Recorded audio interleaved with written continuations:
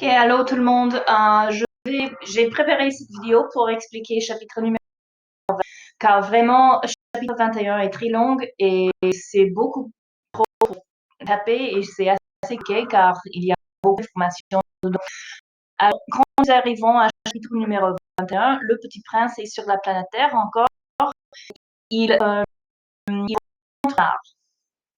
Alors, le renard et le petit prince se parlent et ce qui arrive, c'est que désolé, Internet est très lent, vous savez. Alors, le renard dit, je ne puis pas jouer avec toi, dit le renard, je suis pas apprivoisé. Alors, il faut comprendre ce que veut dire le mot apprivoisé. Ça veut dire tame, to tame somebody. Alors, on discute un peu du fait que le renard est un animal sauvage et il ne peut pas juste commencer à jouer avec un petit bonhomme. Il n'est pas apprivoisé. Il n'est pas un animal domestique. Alors, le petit prince demande qu'est-ce que signifie apprivoiser. Alors, le renard ne répond pas à la question. Alors, le petit prince continue à poser la question que signifie apprivoiser. Maintenant, le petit prince n'aime pas vraiment répondre aux questions, mais quand il pose une question, il continue à la poser afin d'avoir une réponse. Alors voilà. Alors, le renard dit à propos du mot apprivoiser, c'est une chose trop oubliée, dit le renard. Ça signifie créer des liens. Créer des liens. Alors, bien sûr, dit le renard, tu n'es encore pour moi qu'un petit garçon semblable en 100 000 petits garçons. Et je n'ai pas besoin de toi. Okay, so he's saying, what does tame mean? And the fox says, it means to create some ties. So what they're saying here, or what he's saying here is essentially that the fox wants to be friends with the little prince. And he's like, well, right now, tu n'es encore pour moi qu'un petit garçon, tu sembles à un petit garçon. So he's saying like, right now, you're just like every other little boy. There's nothing different about you than any other little kid that I see walking around. He's saying like, if we develop a friendship, then that means I'm going to need you because we're going to have created some ties, some links together. Ok? Alors, il dit, mais si tu m'apprivoises, you tame me, si tu m'apprivoises, nous aurons besoin de l'un et de l'autre. Alors, tu seras pour moi unique au monde, je serai pour toi unique au monde. Okay, so again, I probably should have prefaced this by saying that this is my interpretation of this chapter. Just like with any literature, the interpretation is really up to the reader, right? And so if you disagree with this interpretation, that's fine. Hopefully anybody who's, teaching you how to interpret literature is telling you that, like, as long as you can back up your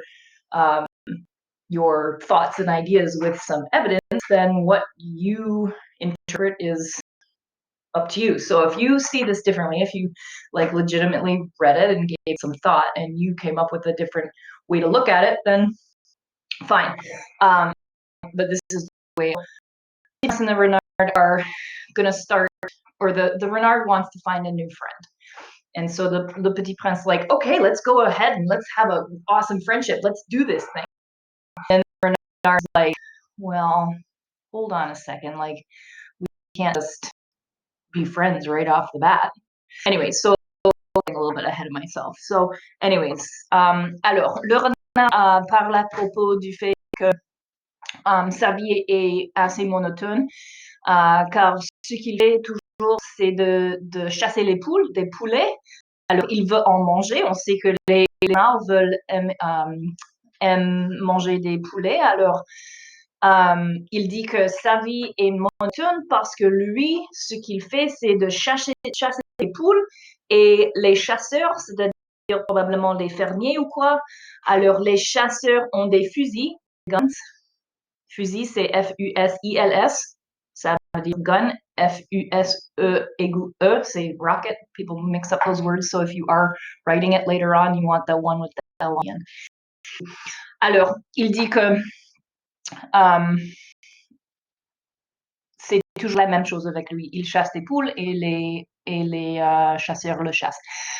Alors, il dit, et c'est intéressant, les poules? Non, rien n'est parfait, soupira le renard. Alors, voilà. Alors, il dit que si le petit prince et le renard deviennent des amis, il dit, mais si tu m'apprivoises, ma vie sera comme ensoleillée. Okay, so again, my interpretation, but if you ever have like a new friendship or a new relationship with somebody that you really like, whether it's just like a platonic friendship or whether it's a romantic friendship or something that you're hoping is going to be a little bit more, at that beginning part, it's a little bit weird because you want to have this person in your life. You're probably thinking about them a lot, and it's kind of a scary thing. So what he's saying is like, if we become friends, then my life is going to be way better. Okay. Alors, le renard se tut et regarda longtemps le petit prince. S'il te plaît, apprivoise-moi, dit-il. Alors, le petit prince dit, je veux bien, hein, mais je n'ai pas beaucoup de temps. J'ai des amis à découvrir et beaucoup de choses à connaître. Okay, so the petit prince already knows this is not going to be a permanent friendship or relationship for him. He's like, we can hang out, but I gotta go. Like, eventually I'm going to leave. And so, le renard dit, OK, alors je peux accepter ça. OK. Alors, le petit prince dit, alors que faut-il faire? So he's saying like, so what do we gotta do to be pals then? Like, what do we gotta do? And so the renard dit, il faut être très patient, répondit le renard. Tu t'assoiras d'abord un peu loin de moi, comme ça, dans l'herbe. Je te regarderai au coin de l'œil et tu ne diras rien. Le langage de malentendu. Mais chaque jour, tu auras un peu plus près. Okay, so lots of stuff in here. So he's the petit prince is like, okay, well, if you want to have this friendship, even though you know I'm gonna leave eventually, then how do we do it? And Renard says, okay, you got to be very patient. You got to like sit over there, and we're gonna like sort of look at each other, and then I'm gonna feel a little bit better each day. I'm gonna feel a little bit more comfortable, and I'm not gonna spook, and I'm not gonna run away, and I'm gonna start to trust you. So if you think about this, again, my interpretation, if you've ever had a new relationship or somebody that you're interested in, you play the game, right? Like, you text them and then they wait a little while and then they text you back and you pretend not to be too eager or whatever. So let's say you met somebody, if you were, allowed to leave your house, and you met somebody at a party, and then all of a sudden you get home from the party, you check your phone, and there's 400 messages from them. Your immediate reaction is like, put on brakes, this person is too much.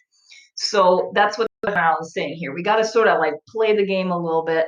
You got to leave a little bit of mystery and make the person be interested in the other person without scaring them away. So, le sur ce malentendu.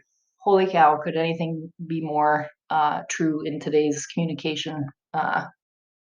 Because it says language is the source of misunderstanding. So in Unit 1, we were talking about like the difference between boys and girls, and we were talking about text messages, and like girls will send this huge long text message and the guy will reply with like one word. That's annoying for both sides, right? But also, we know how many times have we had misunderstandings over text or over whatever DM, because you can't hear the intonation. You cannot hear the tone in which something was meant is so important to what is being said. Okay, I'm going to stop this video here because this is being awfully long. And then I'll start up again the second half of chapitre 21.